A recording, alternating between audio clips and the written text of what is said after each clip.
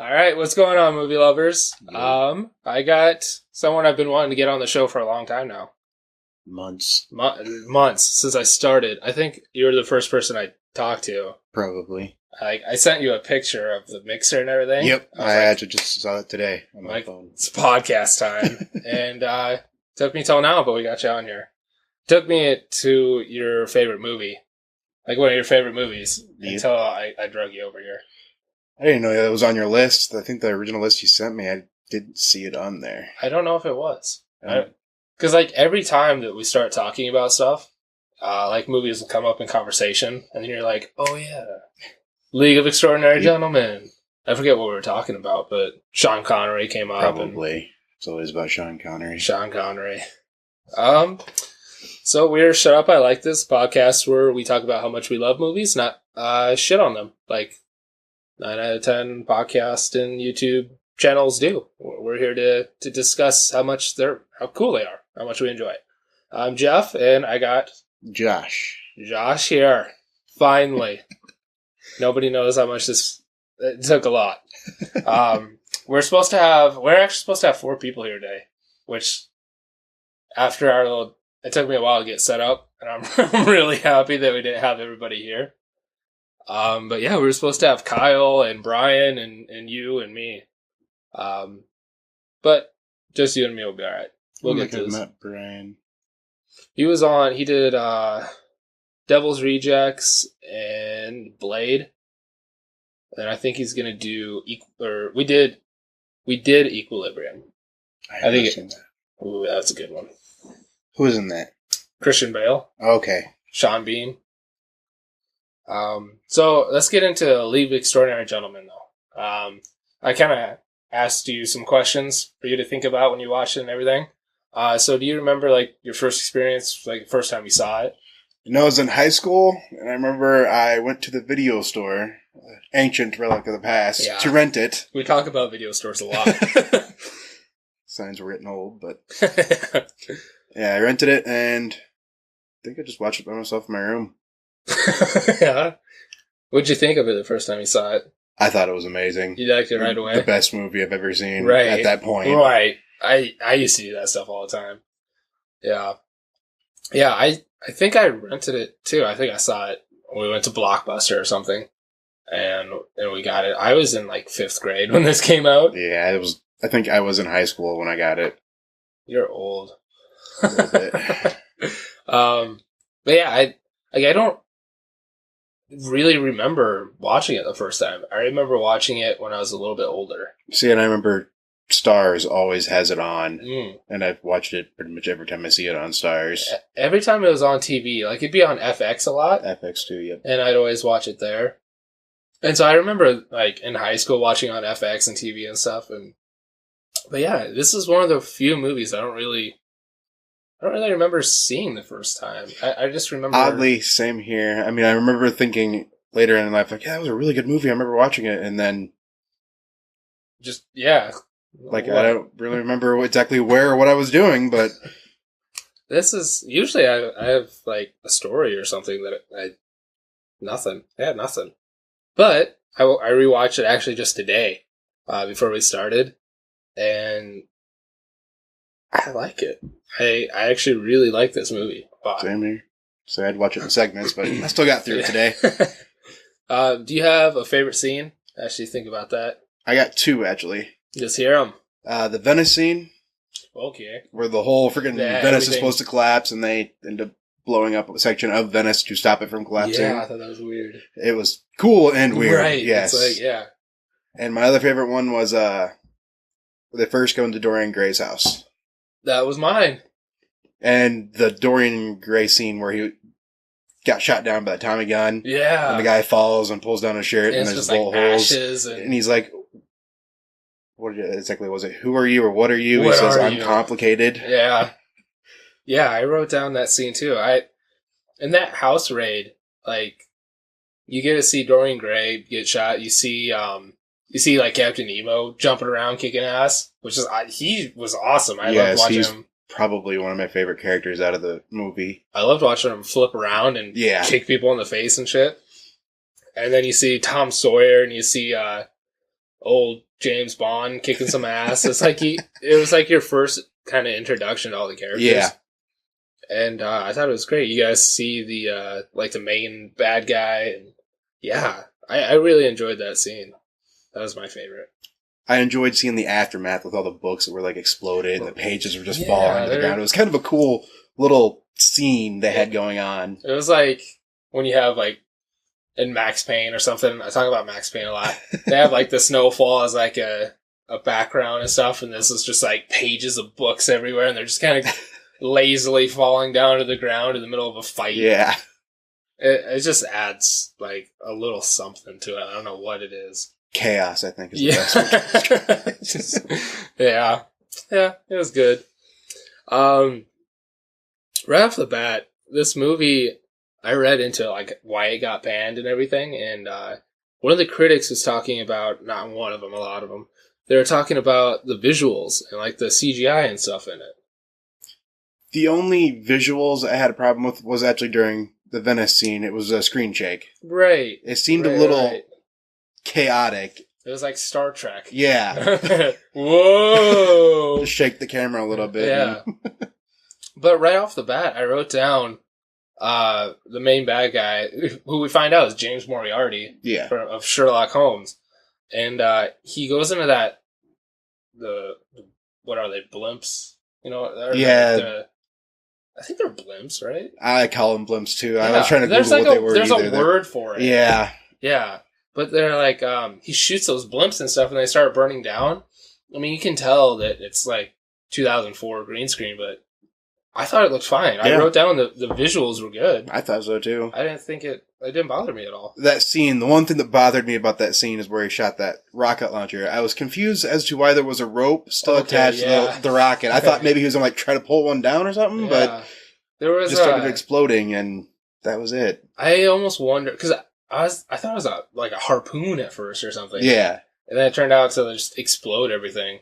But I almost wonder if it was like part of the prop department, because later in the movie when they're on Nemo's Sword of the Ocean giant thing, Nautilus or Noculus, yeah, they're on that, and it's right after like they have those bombs explode and stuff, and they're doing the screen shake. Yeah. Well, right when it starts tilting, you can see all the wires. There's probably like a dozen wires like hooked up to the table and everything. So all they did was rotate the camera, and then they just like pulled the table and everything, and you see all the wires. So I almost wonder if like the harpoon, it was like the only way they could get the shot or something. I don't know. That could be. I don't know. It was just weird when I was watching. I'm like, I guess I didn't notice that before, but it was, it was definitely strange. I was wondering the same thing. There is like little things here and there that you're like, what the hell? But like the overall, like what they were going for, I wrote down like, you like Van Helsing? Yeah. Okay. I did like the fact that they included that in when they're talking about that was interesting too, but vampire chick whose name I can't remember. Yeah. Mina. Yeah, I was trying to think of Helena or something like that. I don't know. But I feel like these are kind of, Van Helsing and this is like kind of similar. Like just the imagery and the tone, like they just feel like they could have been the same movie. Yeah. And doesn't help also at the beginning of Van Helsing, the movie, he was hunting down Jekyll and Hyde. Right. And yeah. Well, I definitely want to talk about Jekyll and Hyde here in a little bit. But I just feel like this and Van Helsing were like, there was just like that little pinch that was missing that would just like make these movies great.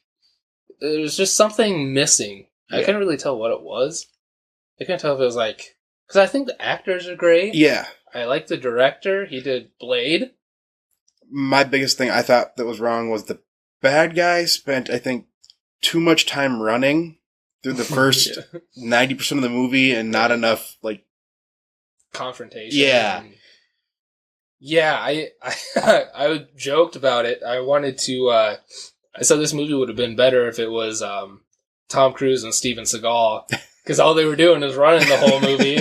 You could have seen, like, the man who runs everywhere and then Steven Seagal running behind him. Yeah, there was definitely a lot of running, which was strange.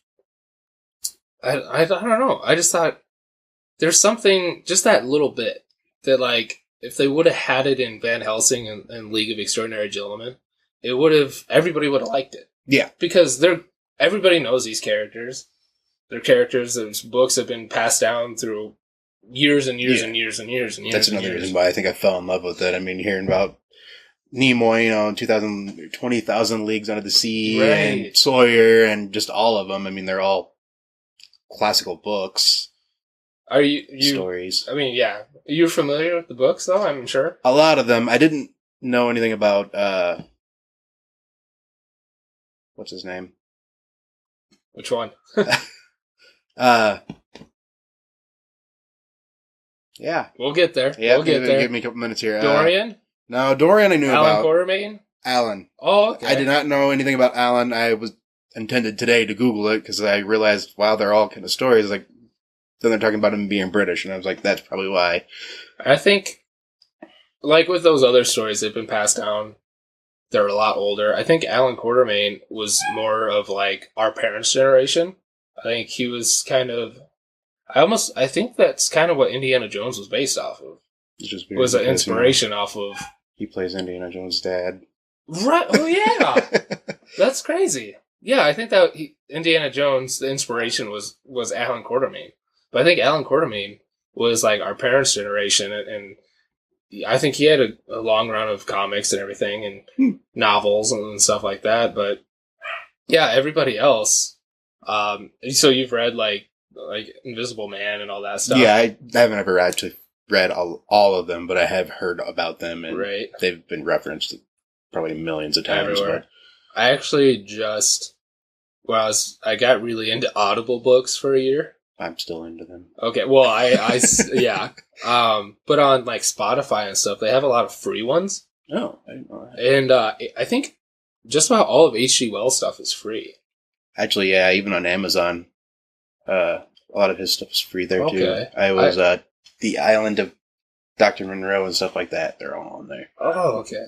Because I was on Spotify, because I pay for Spotify, so I use it for everything. And they had some books on there, and they had like The Invisible Man, War of the Worlds. I listened to The Time Machine, stuff like that. So I listened to The Invisible Man about literally probably 7 months ago. Picture of Dorian Gray, I listened to on Audible 7 months ago. And so I had watched this before. I was a lot younger. I don't think I had read, I knew that, like, the picture of Dorian Gray, but I never read the book. Yeah. And so, like, 7 months ago, like, all of this stuff just went, and then I watched it again. I was like, I can kind of see that. And it's like some of the, even like in the Audible book, the way Dorian talks, whoever reads the book does it a lot like Stuart Townsend does in this movie. So I think it's just, there were some things that you're like, oh, that's a little exaggerated. But I think for the most part, I think the characters themselves translated and were portrayed pretty well. The other character that I guess I didn't know about was the vampire chick again, whose name I will probably never remember. Mina. But I kind of got the reference when you started talking about Van Helsing, Dr. Frankenstein, all Dracula. that. Yeah. I was like, oh, she ties in with them. Fun fact, another way that these League of Extraordinary Gentlemen and Van Helsing tie together, the bad guy is the same in both. It's not Moriarty, but the actor, Richard Roxburgh, is Dracula in Van Helsing. It is, isn't it? I knew there was something about that guy. I've seen him before. Yeah, I guess I didn't piece that together either. Yeah, he's freaking, which I think his performance in Van Helsing was way better than Moriarty, but I still think everybody did good. Stephen Norrington directed this. He did Blade, and he hasn't directed a movie since this. Since League of Extraordinary Gentlemen. Did he only do the first Blade? Yeah. Okay. I think Who did the other Del Toro, Guillermo del Toro did yes, 2. yes. And then I can't remember who did 3. Oh. I don't know either. I don't know. But yeah, Stephen Norrington, who did Blade, he directed this, and this. He said he would never direct another movie, and he hasn't. Dedication. I mean, every time I bring this up to people, they're like, "Oh, that made Sean Connery quit acting and all this stuff." And it's like, okay, but it's not the movie that did it. It was the reviews, the people behind it, and stuff like that. Which I feel like, from the actor's point of view and stuff like that, you pour your heart into something, and then somebody just basically shits on your chest. Right. You're like, well, I'm just not gonna do it anymore. Right. It's like these people spend months of their lives and like really drive into portraying a character. They put a lot of work into it, and then it comes out, and people are like, "That's stupid." Like, fuck you. Oh yeah. But in this movie, I thought Sean Connery.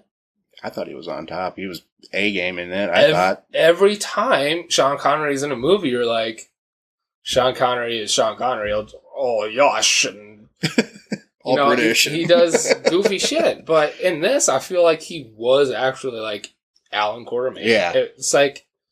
It almost didn't feel like you knew it was Sean Connery, but you almost didn't feel like it was Sean Connery. Yeah.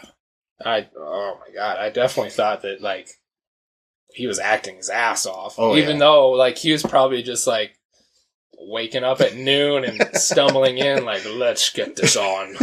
Let's get it over. Yeah. It's amazing to me. I thought his intro that was my second favorite scene, was his introduction in that, the hunting lodge kind of thing. Right. Yeah. I thought that was great. The doubles and stuff. I thought that was great. Yeah, that was kind of a little twist. You thought it for sure at first. You're like, nope, never mind. That guy's already dead. I like when those guys come in with the armor though, and then they just shoot that guy.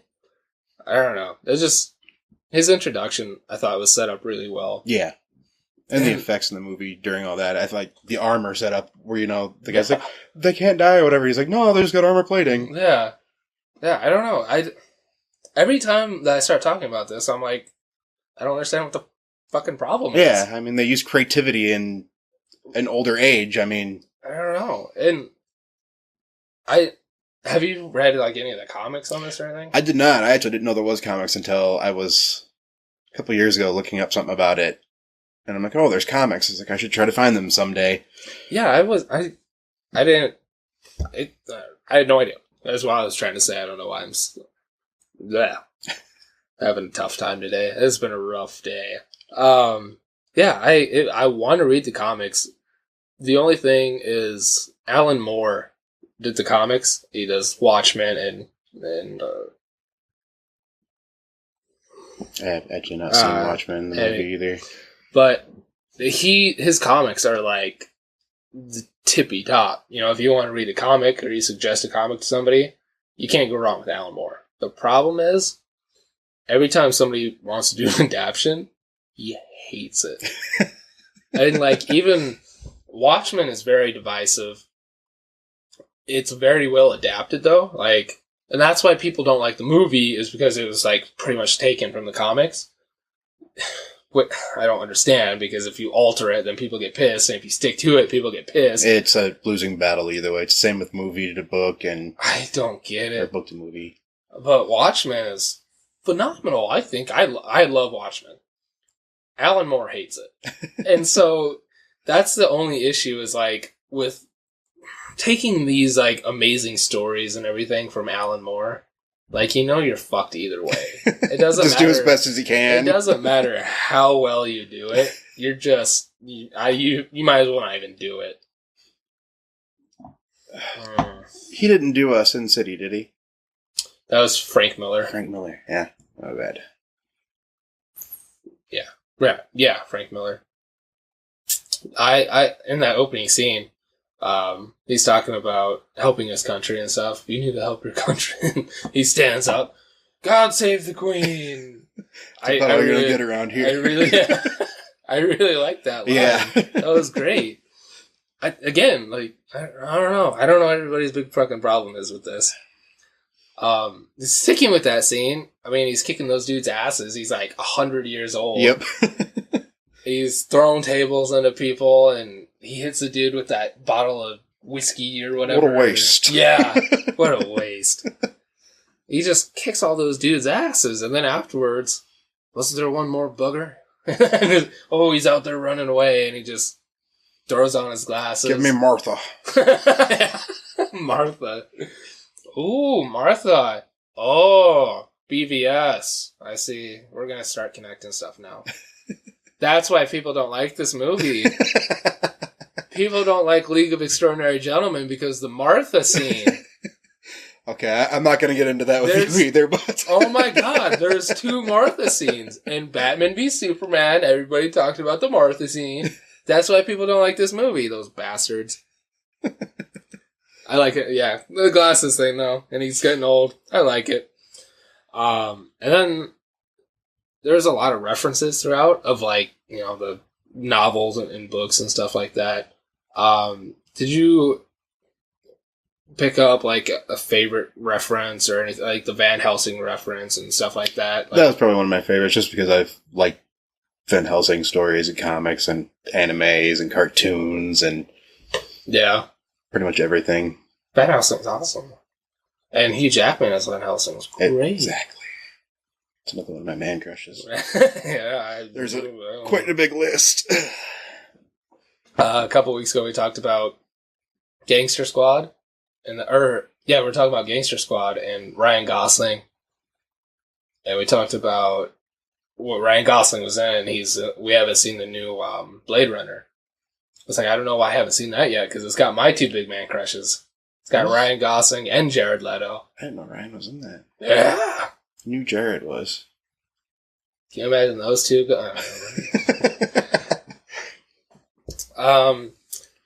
So the casting, like I a weirdo when it comes to like casting and trivia and stuff, but do you know like you have like a favorite actor in this? I surprisingly like the actor who played Jekyll and Hyde.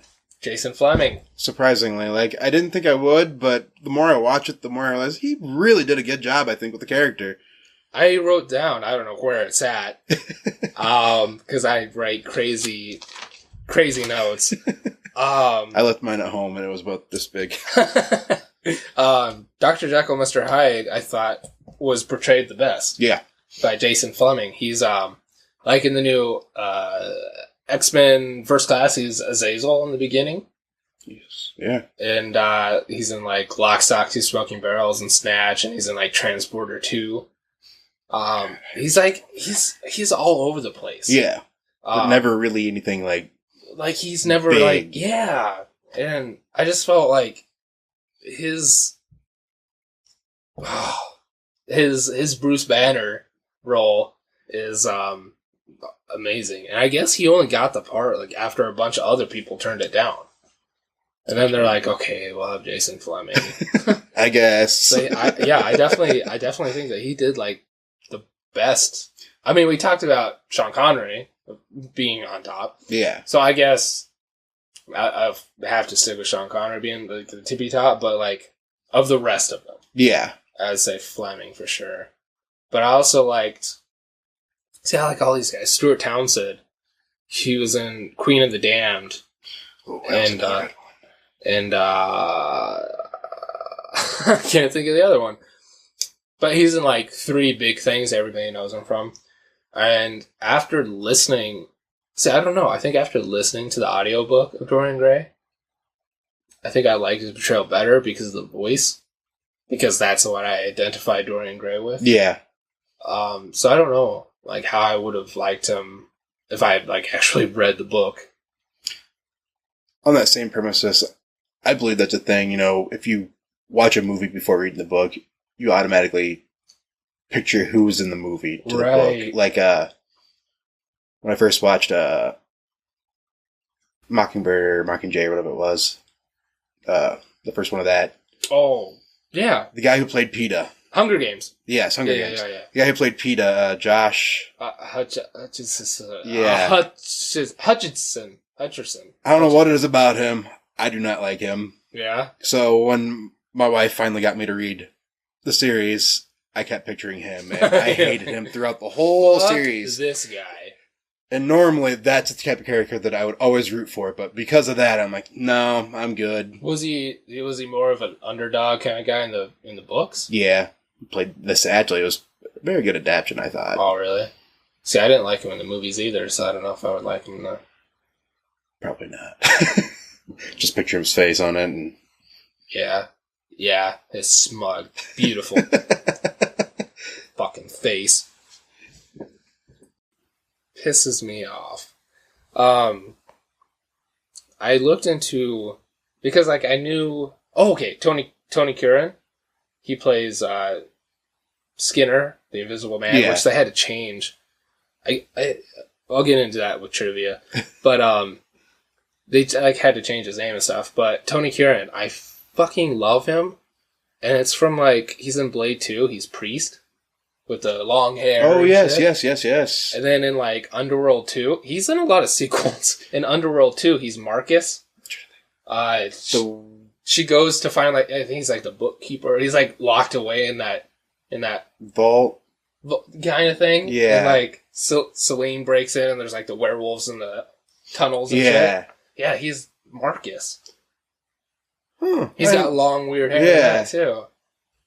I love that guy. And pissed me off because one of my favorite actors is playing the Invisible Man. You see him for like 5 seconds and he's white. Yeah. And it's like what they do with Tom Hardy. Like, they would make Tom Hardy the Invisible Man.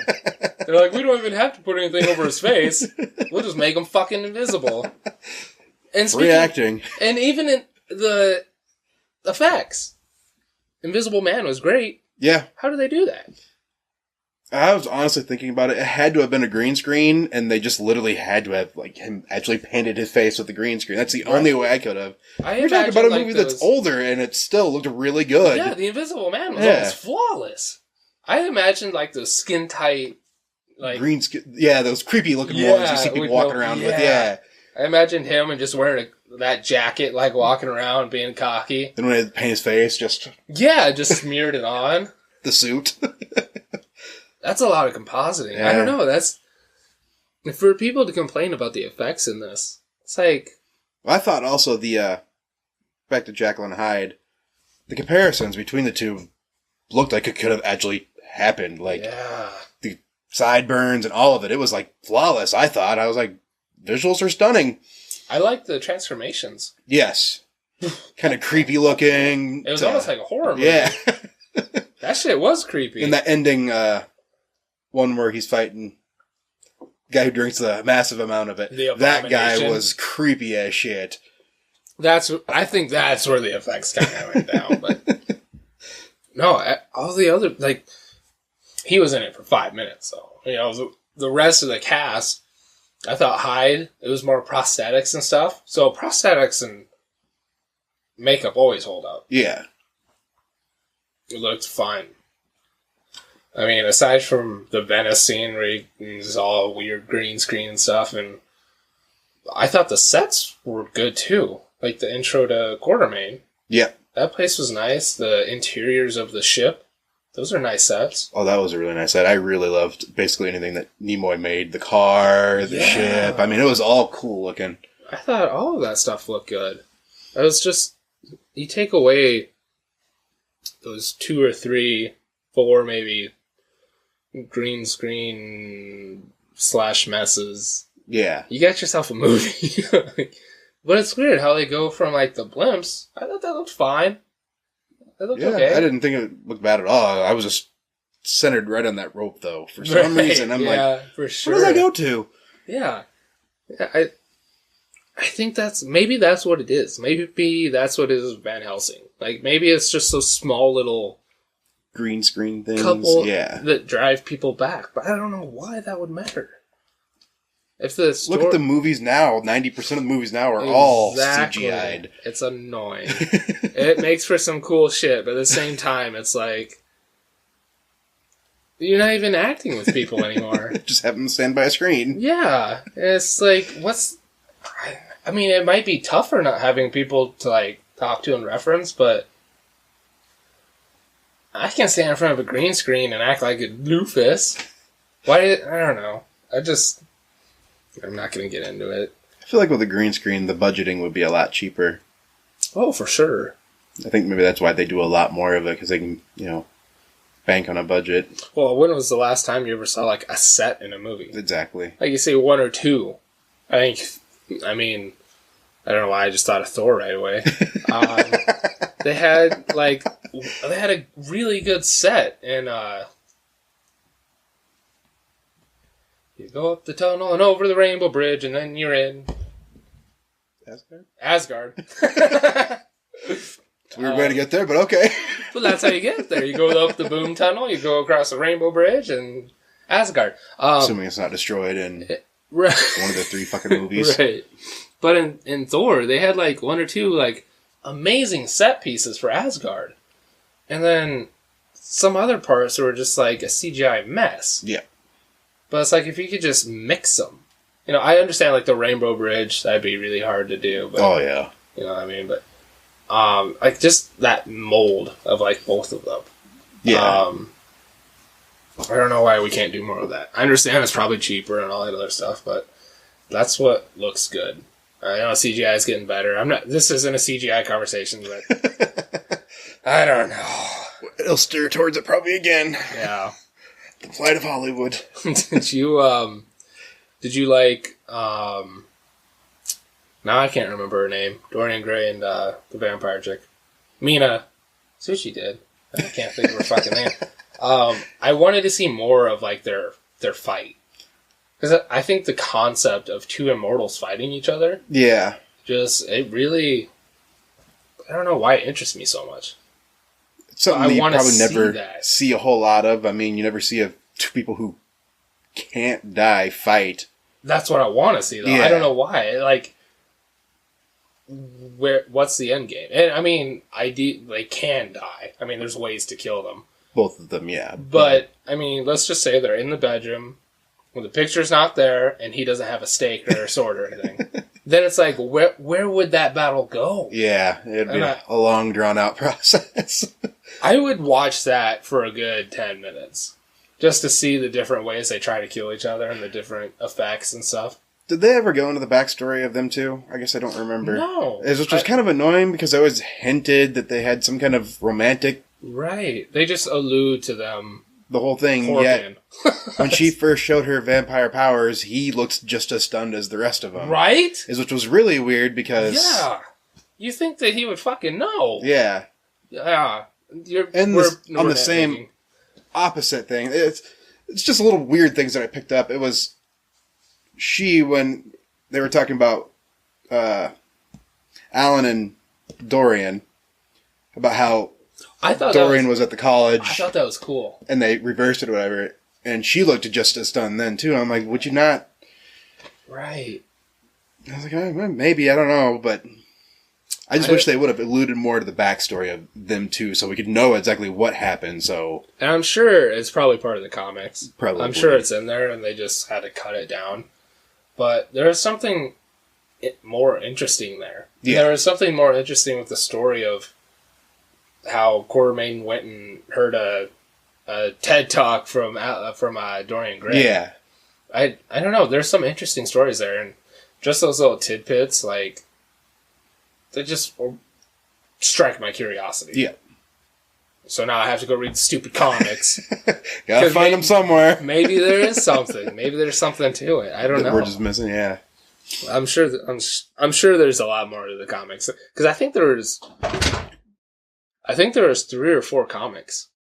I think. I mean, there was like a whole collection of like League of Extraordinary Gentlemen, and there's a whole bunch of different casts. It's like the Justice League. Yeah. That's kind of actually what I gotta kind of feel. Or the Avengers. Like, yeah.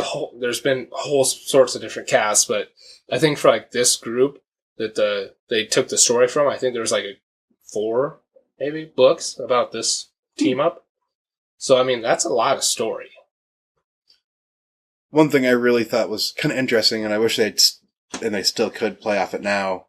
The ending. Oh yeah, the grave where it starts to shake. Africa won't let me die. I think trivia. I think that's what happens in like the 4th book. It was like he dies. die, and then they bury him back in Africa. Yeah. I'm assuming it was his wife or his son. Right, that's why I couldn't understand too, because he's like, I've buried 2 wives, a whole lot of lovers, and then we found out his son died. So which it wasn't his actual son. He said at first it was his son-in-law. Oh, was it? But he never talks about his daughter.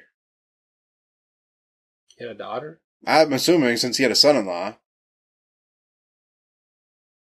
Oh my god. It was like a little discreet. The only reason I noticed because we have subtitles up at home. It said son-in-law? Yeah, it said son-in-law at first, and then it just calls him son after that. My mind. I need a... Wow. Maybe it's something from the comics, or maybe it's something from Alan's actual story, but... That's interesting. Kind of coming off of that, Sean Connery obviously was James Bond for so long. I guess in one of the League stories, Alan Quartermain meets James Bond. That's weird. Alan Quartermain beats his ass. Oh, I'd pay to see that. Alan Quartermain beats his ass and calls him like a man whore, and I saw that. I have to find the comics. They've got to be on comics or something. Yeah. I'll just order them off Amazon because I don't know. This really gets me going. Now I want to. You want to know? It may just be like one of the Alan Quartermain stories, but I just want to see him whoop James Bond's ass. Oh yeah. That would have been great. Kind of reminds me of that Dumb and Dumber part where they walk in the bathroom. I'm kicking my own ass. Do you mind? Liar, liar. Or liar, liar it was, wasn't it? What the hell are you doing? I'm kicking my ass. Do you mind? I wrote down a question for you, kind of for us, kind of think about. Because this was made in 03 or 04? 03. 03? Do you think if this was made now, that it would be successful? Or do you think that this kind of passed? Especially now with the superhero craze. I think now it would probably be a big success because of the superhero craze. Because of the superhero craze? Because, you look at it now, there's so many different superhero shows out. But then again, for that same reason, it probably could crash or not do so great because there are so many different superhero shows out. This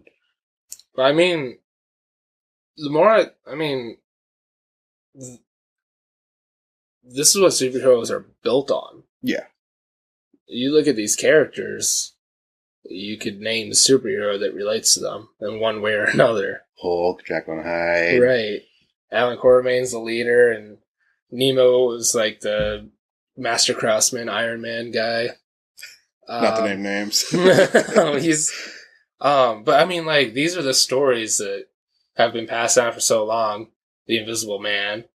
How many movies have been based off of the Hollow Man? Yeah, with Kevin Bacon. I was actually just thinking of that one earlier too. That's the Invisible Man. Yeah. Just a different story and title, but it's the more same. Of a horror form. It's the same character. Well, oh my god, I was listening to the book and that dude's an asshole. Holy shit! I'll have to listen to it myself. In the words of Norm Macdonald, the guy's a real jerk. But I don't know. I just think it's interesting that, especially now with that superhero craze, all these characters probably wouldn't exist if it weren't for these stories. Yeah. Or, the creators back then just thought of it first. I don't know. I'm not sure that I think it would still kind of crash and burn now.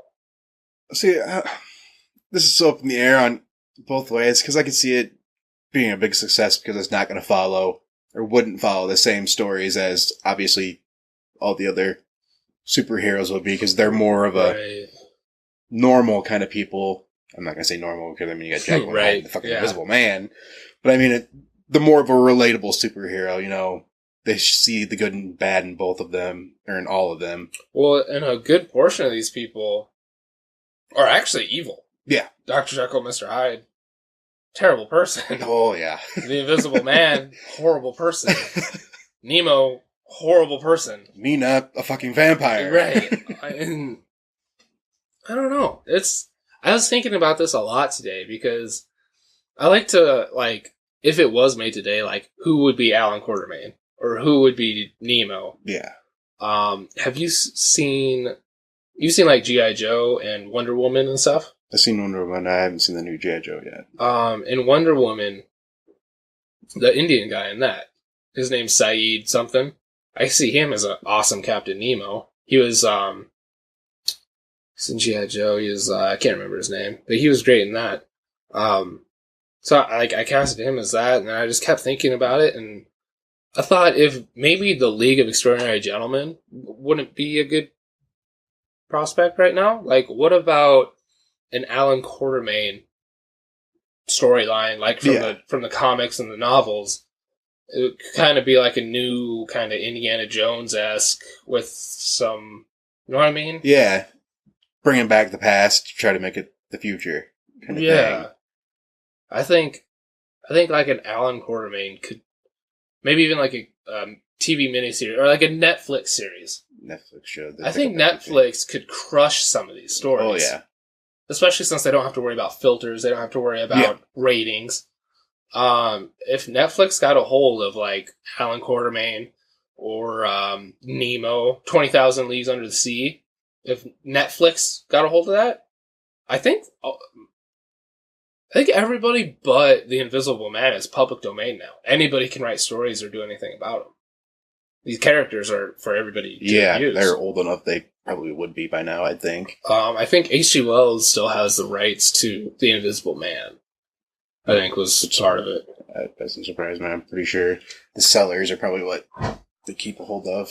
Right. But on that same aspect we were just talking about, Netflix is coming out with Lost in Space. Oh, really? Yeah. I think it's coming out this month or next month. Oh my god, I had no idea. It's gonna be a show, not a movie. Not a Matt LeBlanc thing. Yeah. I was just thinking of that because I watched it a couple weeks ago and I'm like, oh god, the acting. Yeah. No, that's awesome. I mean, see, that's what I think Netflix could really do well, is things that had the concept, the great ideas, but maybe just fell short, maybe because of the time that they were made in, or technology, the technology, the people that were in it. I've talked to Kyle about this, just taking films that, like this, that are like just, there's something missing, just so close to being special. Yeah. Netflix could take these and make, because they don't have to worry about losing a bunch of money on them. You've already paid your $10. You know, either way, either way, you paid for it. Either way, they're getting their $10. Yep. So I think Netflix is like the perfect vehicle for an Alan Quartermain series or something like that. Or even just the League would be something they could pitch in. I mean, they could lead up like what they did with the Defenders. Yeah. Piece by piece. I wrote that in here too. I liked how it wasn't that. Yeah. I liked how this was an Avengers, a Justice League, a Defenders without 6 solo stories. Yep. You know, you're just... Because a lot of people know these stories. They're novels that are hundreds of years old. People know these characters. Yep. I don't care who you are. You know who the Invisible Man is. And Jekyll and Hyde. I mean, everybody should know who that Especially now with Hulk. Yeah. Everybody knows about... It's like... Bruce Banner. Yeah, thanks. It's crazy how much of a blatant... The only difference is, the little vial. Right. Oh my god, that's crazy. Yeah. I mean, yeah, gamma radiation and potions. But everything else is just like, I don't know how they do that. That's crazy. But I mean, inspiration. I mean, it comes in all forms, I guess. I forgot what we were talking about now. Oh, I liked how they didn't do the cell phone. Yes. They just threw everybody together. And I think... I'm worried that if it was done now, that they would do that. I don't. They probably would, just because I feel like they could draw it out longer and they could try to suck it for more money. See, I don't. Netflix, I don't really think needs to worry that much about that, but I don't want a 10-episode series on Dorian Gray. I don't want a 10-episode series on Nemo. Well, Nemo, no, I'd probably watch with Nemo if it was as cool as it was in the League. I probably would watch it. It's just, but then, I mean, you'd have 6 or 7 characters to build up to, and then they would do all sorts of crazy shit. I mean, you could throw in Sherlock Holmes, you could throw in Frankenstein, you could throw in Dracula. Helsing. Van Helsing comes in for a 2-episode special. Cameo. It would get crazy. Yep. But I would be completely on board for that. And I think there's a large market there that would be interested. I don't know, maybe with the superhero thing, maybe this market has grown now. It could. I know, I'd definitely watch it if they came out with something like it. But 2003, I mean, there wasn't a whole lot of superhero market. Yeah. I mean, you had I don't even know, was Daredevil with fucking Ben Affleck out yet then? I think that was 04? Yeah. 05? I think it was after. Or no, I think it was 03. So I guess they had a little bit, but I mean, it wasn't booming as it is right now. I mean, and the director did Blade. Yeah. And 98, and then he did this. It's another superhero movie. Yep. I don't know. I thought about this a lot today. So I really... These characters are going to have lasted and probably will for centuries, and will last for centuries more. And I keep saying it, I want Netflix or somebody, especially since they're public domain now. Yeah. Well, on the aspect of them lasting and have lasted, Penny Dreadful. Did you ever watch that show? Yeah. Dorian Gray was in it. Yeah, right. I was sitting there watching it. Oh my God. I think I only watched the first couple episodes, and Dorian Gray, I'm like, he's from the League of Extraordinary Gentlemen. God. Yeah, that's crazy. The character, not obviously the actor. Right. Yeah, and especially now that I've listened to the books, I've read them.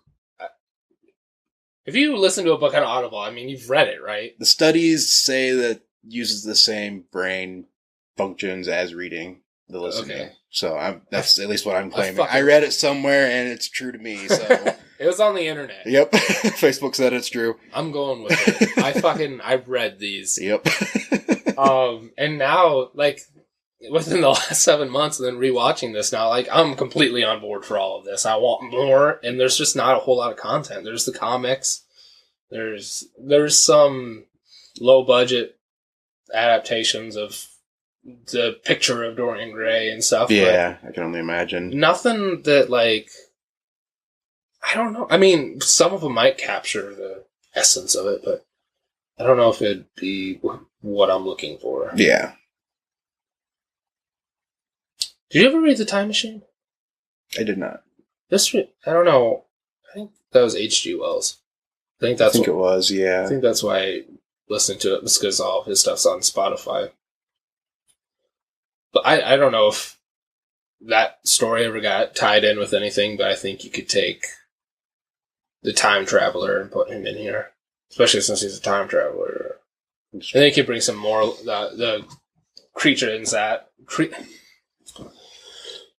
creatures in that are called Morlocks and stuff, and they live underneath the ground and stuff. You could put Morlocks in here, and all these novels that join together and the comics and stuff make me all tingly. I just think it's so cool. I don't know why I think it's so cool. I don't know why, but it always just kind of reminds me of a couple of different Doctor Who episodes I've watched. Not the old ones. I'm talking the ones with Barty Crouch Jr. From Harry Potter. You can see his face, but I don't remember the actor's name. All I know about Doctor Who is bad guys are robots. Not all of them. See, I'm not gonna start this shit. Well, everybody who watches Doctor Who are a bunch of cynical assholes. The reason why it reminds me of it is because it's the time traveling. He goes back in time to, I don't know, hundreds of years ago in England and saves the royal family from a werewolf attack, but one of the royal family gets bit, and it ties into an actual blood disease that the current royal family has to this day in real life. I was joking about the cynical asshole thing. I don't want to piss off a bunch of Doctor Who Don't want to cut down your audience members? No, right. But I mean, I'd be really interested in watching it, but I'd have no idea where to begin. Because there's 8 series, right? Yeah, there's the fucking 50s or 40s, and then there's 2000s, and I think they're still playing them now. I don't even know for sure, but I wouldn't even know where to begin. I watched only the newer ones, and I haven't watched all of them. I watched the first series they came out with. The guy dies. The doctor never really dies. It just transforms into a different doctor or whatever. And then I watched the ones with Barty Crouch Jr., and that was it. I still haven't watched Stranger Things, so It's good. It has that creepy vibe, but it's not too creepy. But I don't know if I should watch it with the girls. I don't know if it'd be appropriate.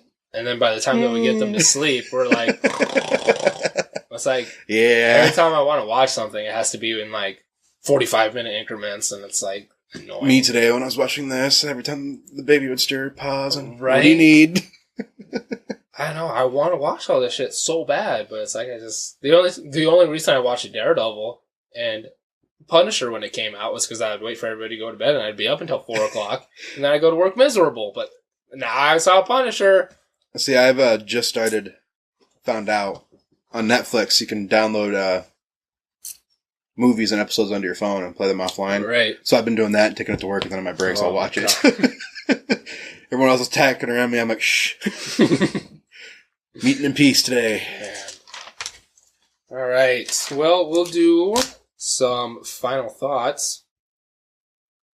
So, Josh, first time on the show, you got any final thoughts about League of Extraordinary Gentlemen? What you thought? Oh, real fast. I keep forgetting to do this. I'm trying to add this new little thing where, because we're shut up, I like this. I want to add one detail, like specifically that you thought that the League of Extraordinary Gentlemen did well. Like, what makes it stick out to you? What makes you think that everybody should like watch this? What makes you think? What's the one thing that they did right? I think just the story in general was the right direction for them. I mean, the tying in the characters all together, the actors that played them, I think all played their characters very well, and they all went together well, the actors and everything. And really, I didn't have a whole lot of stuff that I hated about the movie. I mean, I don't think there was something that I'd make it unwatchable. I thought it was a really just good movie in general.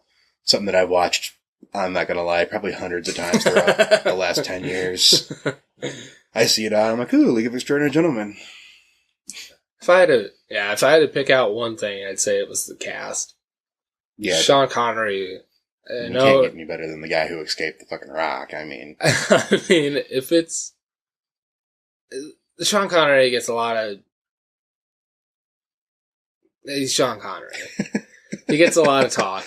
Yeah. But in this movie, even he could be half-assing it for all I know. He could just be showing up half-wasted. I don't know. You know, you hear him and Norrington went at it like cats and dogs, but his portrayal of Alan Quartermain, I think, is the tippy top. Yep. I thought he was fantastic. And then I love all the rest of the supporting cast. I didn't even mention real quick who plays Tom Sawyer. Yeah, I was just thinking we never talked about Sawyer at all. Tom Sawyer. Tom Sawyer's in this. The first time I watched this, I just thought he was a guy. And then, I mean, obviously they say he's Tom Sawyer, and it's weird that there's 2 books after Adventures of Huckleberry Finn and stuff. Yeah. Where Tom Sawyer is a detective, then I forget the other one. I had never known those existed. I heard about one. I guess I didn't hear about 2. And then the guy who plays Tom Sawyer is what's his name? The only reason I know him, do you know him from anything? He looks familiar, and I was looking him up on IMDb, but I never got around to it. I'm going to have to look this up. Because I didn't write it down. Because I wrote down, like, oh, I'm going to talk about this guy, and then I forgot. But anyway, he's in a movie with Mandy Moore called A Walk to Remember. Shane West. God damn it, I didn't even need it. A Walk to Remember. I think I might have seen that. He's like a bad boy. Is it a rom-com? No. Or it's just romance? Yeah. Yeah, I think it's sad. I think I've got forced into watching that one. So did I, and I ended up kind of liking it. There's been a couple for me there too. He's like a bad boy, and he gets started with community service, and he ends up meeting this girl, and they fall in love and stuff, and finds out she keeps kind of pushing him away, Turns out she has cancer and is going to die, and she doesn't want to... I don't think I've seen it, but I think there's a book about it from some guy that made 100 different books like this. Right. And I've heard about the book, and the book to movie adaptation is different than the book. I'm sure that's what it is. I think the book's probably at my house currently if I go and look. But, it's not mine, I swear. That's the only reason I knew who Shane West was. And then he was... Because whoever I was dating... I don't remember how long ago this was. But I bought this. By the way, this is the full screen edition. I didn't know. I went to go watch it today. I was like, why is it a box? This isn't right. But back when I bought it, I had one of those big projection TVs that's a square. I remember playing this in my big projection TV with my surround sound. I was the coolest kid on the block. Now, I put it in. I was like, what is this shit? So I watched on Amazon Prime. Forget where I was going with this story. But, when I bought it and I was watching it, the girl was saying, I was like, oh, there's whatever his name is in the movie. I was like, what are you talking about? That's Tom Sawyer. No, he's in this movie. And I was like, okay, I'll watch it. Because it's got him in it. He's cool. Fucking a box of Kleenexes later. I was like, God damn it. Why does she have cancer? Yeah, Shane West. So we talked about him now.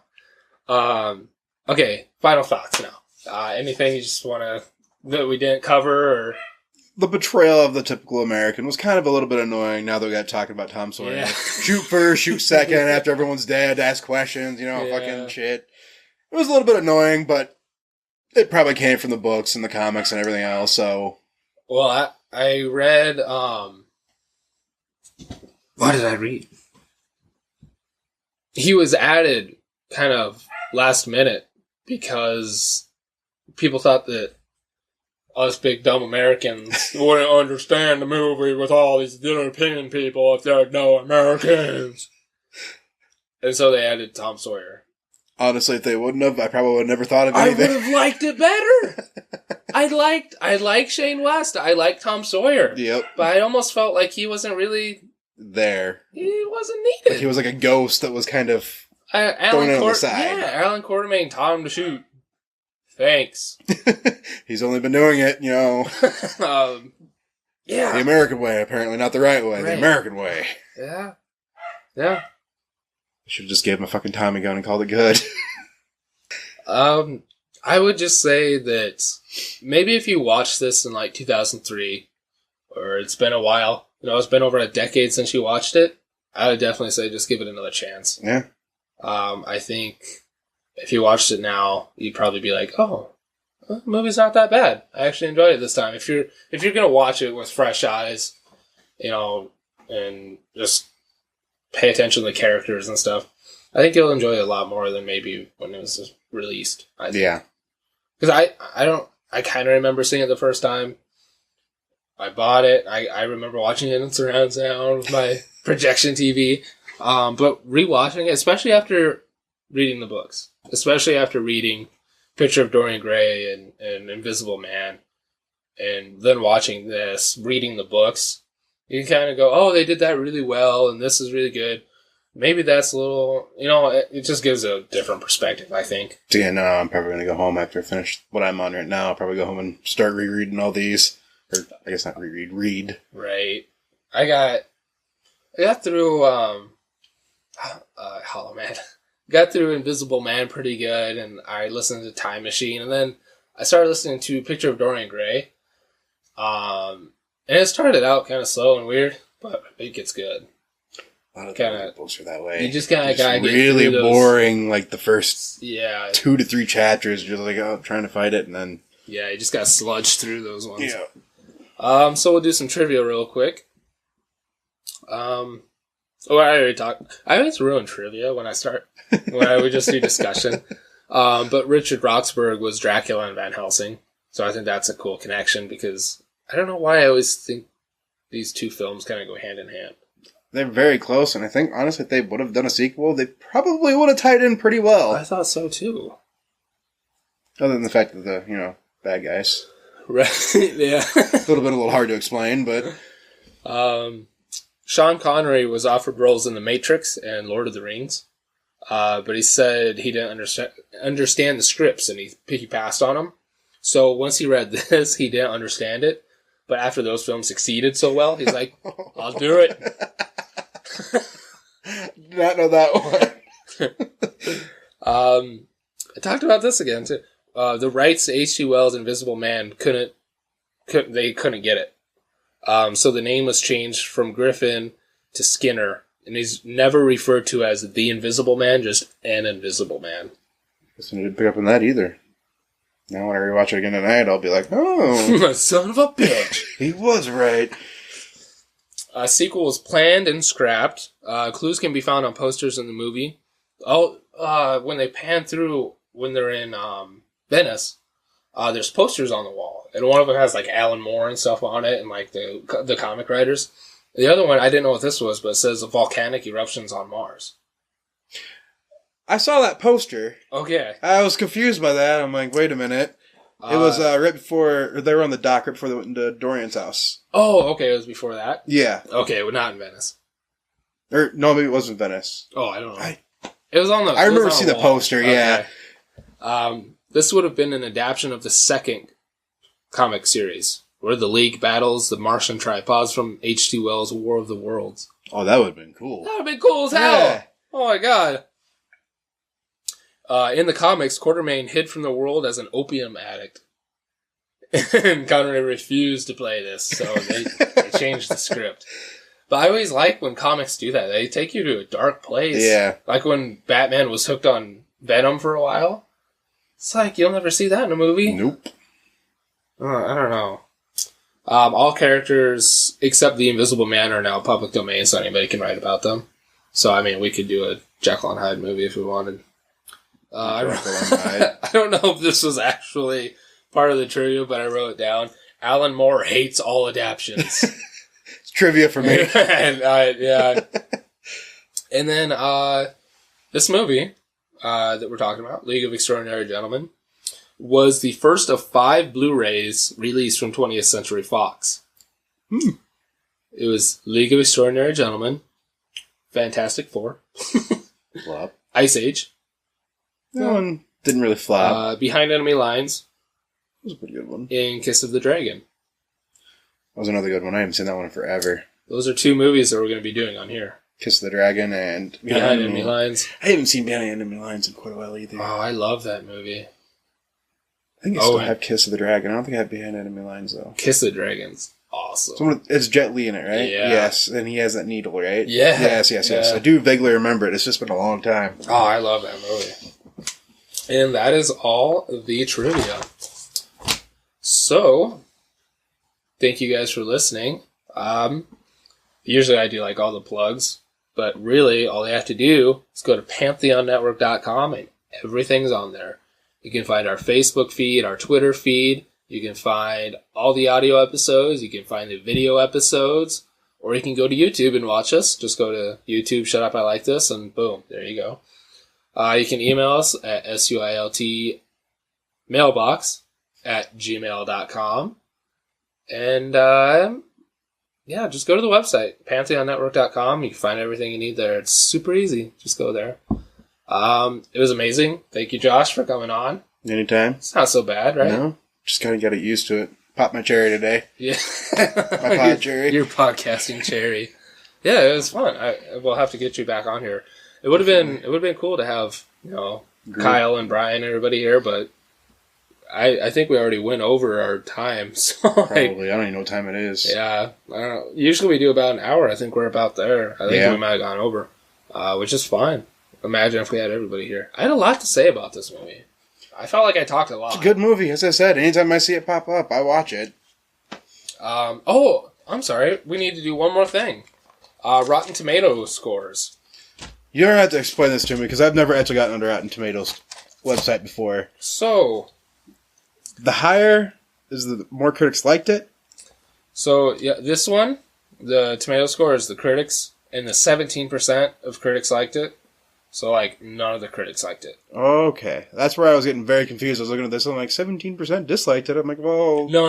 70% liked Gotcha. it. Yeah, that's why they put a squishy tomato on Okay. it. 70% disliked it. Gotcha. So that's really low. I figured that was people. Yep, 44 is the audience score. So almost half of people who watch this enjoy it.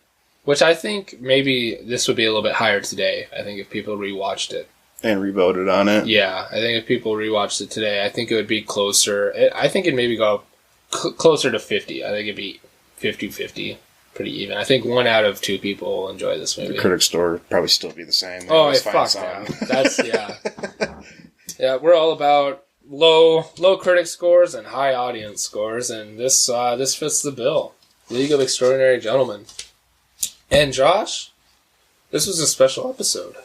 This was episode 25. Ooh. 25 episodes. That's why I was hoping to have everybody here. I wanted to do a big thing for 1/4.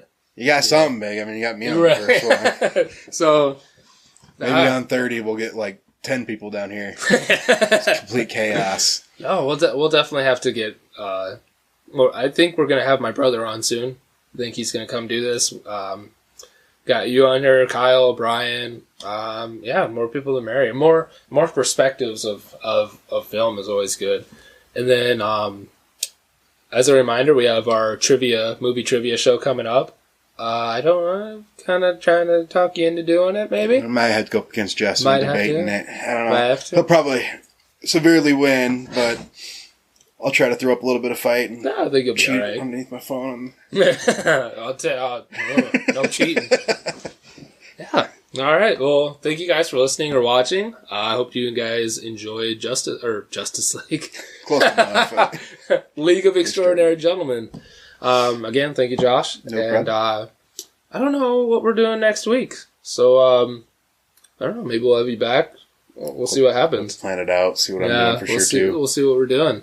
Have a warm day. Yeah, please. We're tired of our cold. Thank you. Snowy Iowa weather.